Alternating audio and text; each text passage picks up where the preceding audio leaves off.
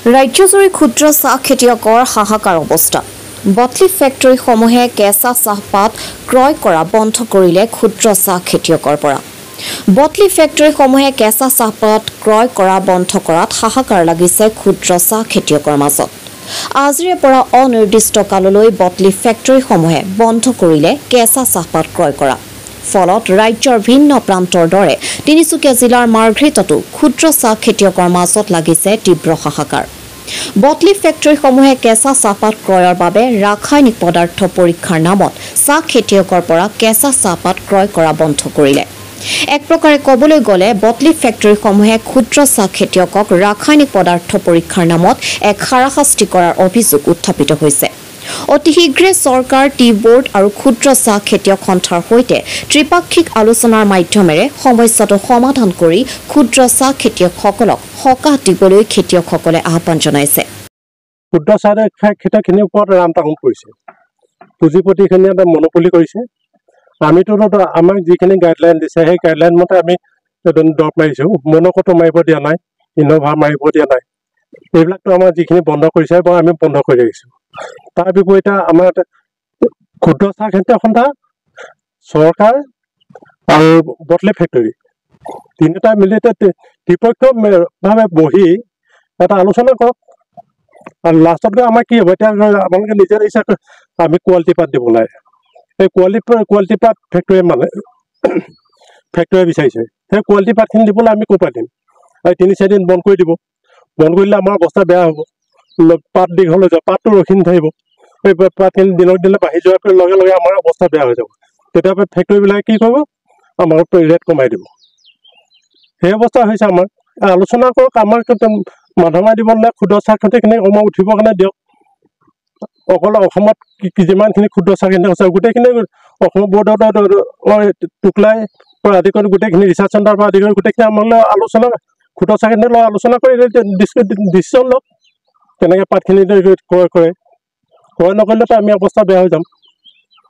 হয়, চৰকাৰৰ প্ৰতি কিবা অনুৰোধ জনাব নেকি? চৰকাৰকতো বিনম্ৰভাৱে অনুৰোধ কৰিছোঁ যে চৰকাৰে বটলি ফেক্টৰীৰ লগত আৰু ক্ষুদ্ৰ চাহ সন্থাৰ লগত আলোচনা কৰি মীমাংসা কৰক। এই মীমাংসাৰ মতে আমাৰ কিবা এটা উপায় চলিউশ্যন দিয়ক, উপায় উলিয়াই দিয়ক। তাৰ প্ৰতি আমি চৰকাৰক বিনম্ৰ অনুৰোধ জনাইছোঁ। আনহাতে বটলি ফেক্টৰীসমূহৰ মালিক পক্ষই ৰাসায়নিক পদাৰ্থ পৰীক্ষাক সমৰ্থন কৰাৰ লগতে ইয়াৰ বাবে প্ৰয়োজনীয় ব্যৱস্থাসমূহ তৎকালে গ্ৰহণ কৰি সমস্যাটো সমাধান কৰিবৰ বাবে আহ্বান জনায়। আমাৰ প্ৰডাকশ্যনটো অলপ দিগদাৰ হ'ব। আমাৰ যিটো টাৰ্গেট আছিলে আৰু আমাৰ যি বায়াৰ্ছ আছে তাহাঁতক অলপ প্ৰব্লেম হ'ব। আৰু আমাৰ স্মল টি গ্ৰ'ৱাৰ্ছ যিমান আছে ইয়াত তাহাঁতৰ বেছি প্ৰব্লেম হ'ব, মই সেইটো ভাবিছোঁ। কেলে কি তাহাঁতি সেইটো কেমিকেলবোৰ যিমান ইউজ কৰিছে সেইটো গভৰ্ণমেণ্টক বেন কৰিব লাগিব, নহ'লে তাহাঁতক দিগদাৰ হ'ব। সেইটো তাহাঁতি নেপাব একচুৱেল কেমিকেল যোনটো লাগে। তো তাহাঁতৰ অপশ্যনটো নাথাকিব। তাহাঁতক সেইটো বেন কেমিকেল মাৰিব দৰকাৰ হৈ যাব, কি মাৰিব লাগিব। ইমান বৰষুণ পৰিছে, তাহাঁতক ফাৰ্টিলাইজাৰ আৰু পেষ্টিচাইডবিলাক লাগে। তো মই ভাবিছোঁ তাহাঁতক বেছি আমাৰ দুটাই তাহাঁতি আছে সেইকাৰণে আমি আছোঁ। তো সেইটো কাৰণে দুটা প্ৰব্লেম হ'ব। চৰকাৰে এই সিদ্ধান্তটো লোৱাত কিছু খৰধৰ কৰিছে বুলি ভাবে নেকি বাৰু? অলপমান চাহ খেতিয়ক সন্থাক কিছু সময় প্ৰয়োজন আছিলে, কাৰণ গোটেইখিনি কাৰ্যৰ সমাধান কৰিবলৈ বুলি ভাবে নেকি? কিবাটো কৰিব লাগিব, সেইটো সমাধানটো ওলাব লাগিব। এটা সেইটো কি হয়, আজিকালি চবে কেমিকেলৰ চাহ খাই আছে। তো সেইটোতো হ'ব নোৱাৰে ন। চৰকাৰক কিবা কৰিব লাগিব আৰু সেইটো হলটো ওলাব লাগিব। সেইটো বেছি ইম্পৰ্টেণ্ট হয়। যিমান জলদি হয় সেইটো ভাল। কেমিকেলটো বেন কৰিলে বেছি ভাল হ'ব, যিমান জলদি কৰিব পাৰে।